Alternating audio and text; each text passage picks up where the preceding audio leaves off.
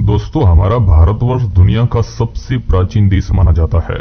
यहाँ समय के साथ कई परिवर्तन होते गए। दरअसल प्राचीन भारतवर्ष, जिसको आर्यावर्त के नाम से जाना जाता था, दुनिया के बहुत बड़े भूभाग पर फैला हुआ था। ये देश आर्यों का देश था। लंबे समय तक यहाँ हिंदू राजाओं का शासन रहा। इस दौरान यहाँ कई विदेशी जातियों ने भी आक्रमण किया था। इस वजह से अखंड भारत खंडित होता गया। आपको यह जानकर ताज्जुब होगा कि 1947 तक आते आते हमारे देश से अलग होने वाले देशों की संख्या 15 से भी ज्यादा हो चुकी थी। आइए आज के इस वीडियो में हम जानते हैं कि वे कौन कौन से देश हैं जहां पहले भारतवर्ष हुआ करता था। ये भारत से अलग क्यों हो गए थे? क्या अखंड भारत को खंडित करने के पीछे किसी की चाल थी? यदि आज भारत से अलग हुए सभी देश मिल जाए तो क्या होगा? जानते हैं अखंड भारत के विभाजन की पूरी कहानी। नमस्कार दोस्तों, royal TV India YouTube channel में आपका स्वागत है।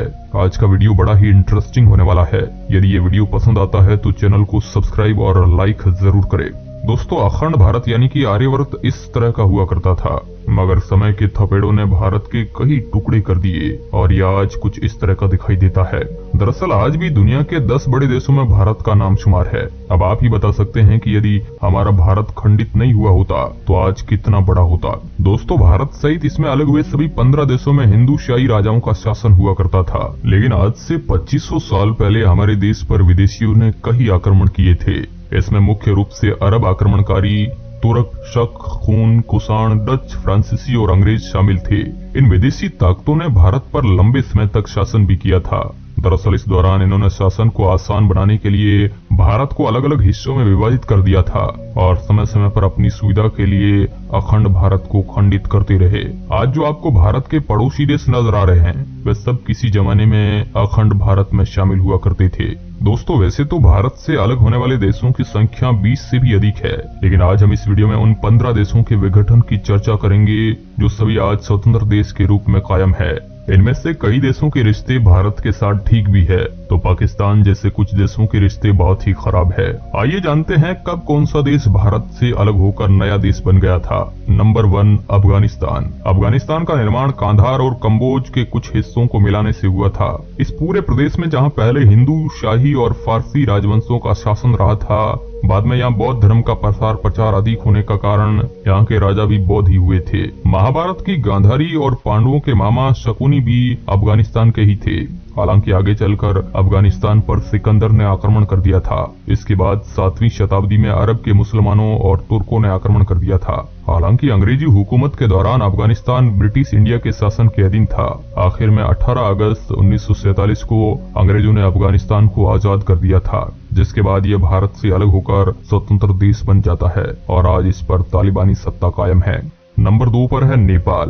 दरअसल नेपाल अखंड भारत का ही एक भूभाग था। प्राचीन भारत के 16 जनपदों में गोरखपुर जनपद में नेपाल का कुछ भाग शामिल था। यह आर्य संस्कृति का मुख्य केंद्र था। रामायण की सीता का जन्म स्थान मिथिला यही है। इसके अलावा भगवान बुद्ध का जन्म स्थल लुम्बिनी भी यही मौजूद है। नेपाल को पहले देवघर के नाम से जाना जाता था। यहाँ साल 1560 के आसपास हिंदू शाही आर्यों का राज हुआ करता था। 4वीं शताब्दी में यहाँ बौद्ध धर्म का आधिपत्य हो गया था। इसके बाद 7वीं शताब्दी में नेपाल पर तिब्बत का आधिपत्य हो गया था। आगे चलकर नेपाल में गोरखाओं का बोलबाला हो गया था। ब्रिटिश शासन के दौरान नेपाल पर भी अंग्रेजों का ही राज स्थापित हो चुका था। साल 1923 में ब्रिटिश और नेपाल के बीच एक संधि हुई थी, जिसमें नेपाल को एक स्वतंत्र देश घोषित कर दिया जाता है। नेपाल अखंड भारत से अलग होकर एकमात्र हिंदू देश बना था। हालांकि 2008 के बाद नेपाल भी धर्मनिरपेक्ष देश बन गया था। नंबर 3 पर है भूटान।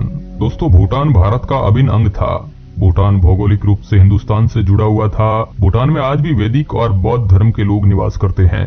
साल 1906 में अंग्रेजों ने भूटान को अपने अधिकार में ले लिया था। भारत की आजादी के 2 साल बाद साल 1949 में भारत ने भी भूटान को वह सारी जमीन लौटा दी जो अंग्रेजों के पास थी।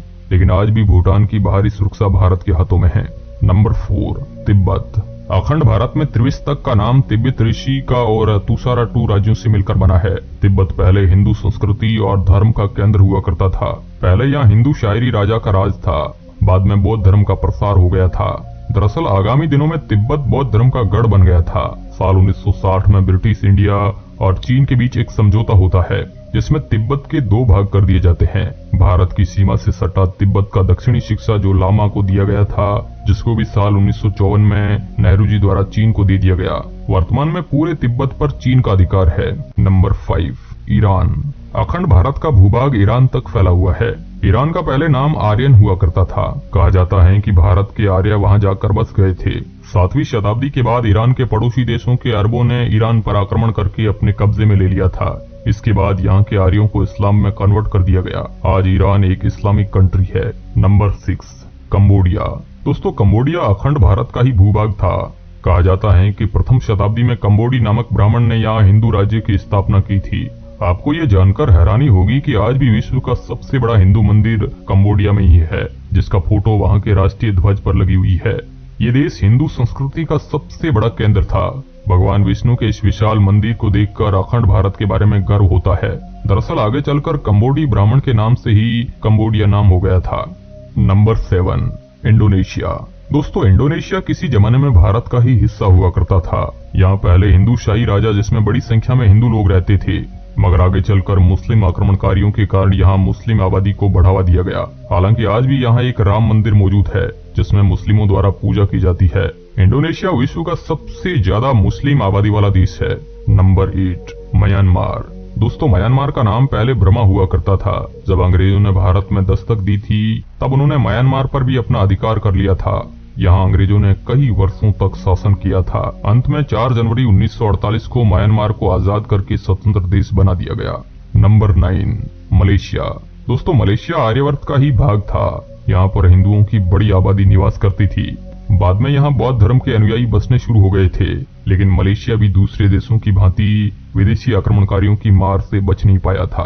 बाद में यहाँ पर भी मुस्लिम आबादी बढ़ने लगी और यह एक स्वतंत्र देश बन गया था। Number 10, Philippines. दोस्तों, पूर्वी एशिया का एक छोटा सा देश जो कि पहले अखंड भारत का ही हिस्सा हुआ करता था। ये देश भी मुस्लिम आक्रांताओं से बच नहीं पाया था, मगर आज भी यहाँ पर काफी हिंदू आबादी निवास करती है। 4 जुलाई 1946 को ये एक स्वतंत्र देश बन गया था।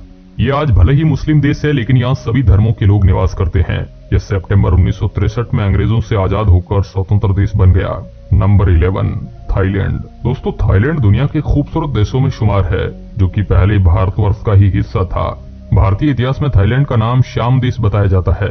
यहाँ बड़ी संख्या में हिंदू आबादी निवास करती थी, लेकिन समय के साथ यहाँ बौद्ध धर्म के प्रचार की वजह से हिंदू आबादी कम हो गई। बाद में ये अलग होकर नया देश बन गया। नंबर 12 है श्रीलंका। दोस्तों, श्रीलंका भारत के दक्षिण में केवल 37 किलोमीटर दूर स्थित है।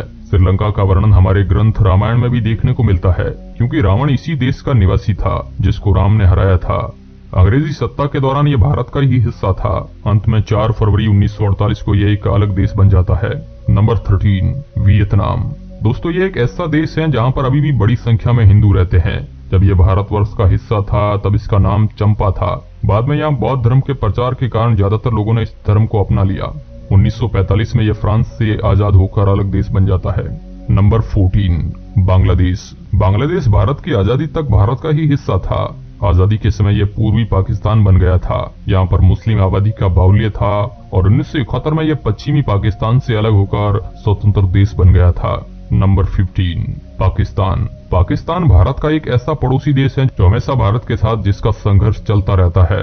आजादी के बाद लगातार 3 बार भारत से इसका युद्ध हुआ है, लेकिन तीनों बार भारत से मात खाई है, जिसके साथ कश्मीर को लेकर विवाद चल रहा है, जो 1947 में भारत से अलग हो गया था। इस प्रकार एक के बाद एक करके ये 15 देश भारत से अलग होते गए।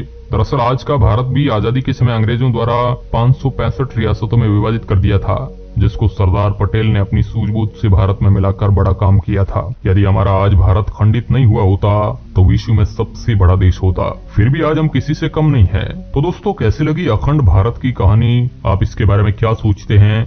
कमेंट बॉक्स में हमें जरूर बताएं। यदि हमारा ये वीडियो पसंद आता है तो चैनल को लाइक, शेयर और सब्सक्राइब अवश्य करें। वीडियो के अंत तक बने रहने के लिए आपका बहुत बहुत धन्यवाद।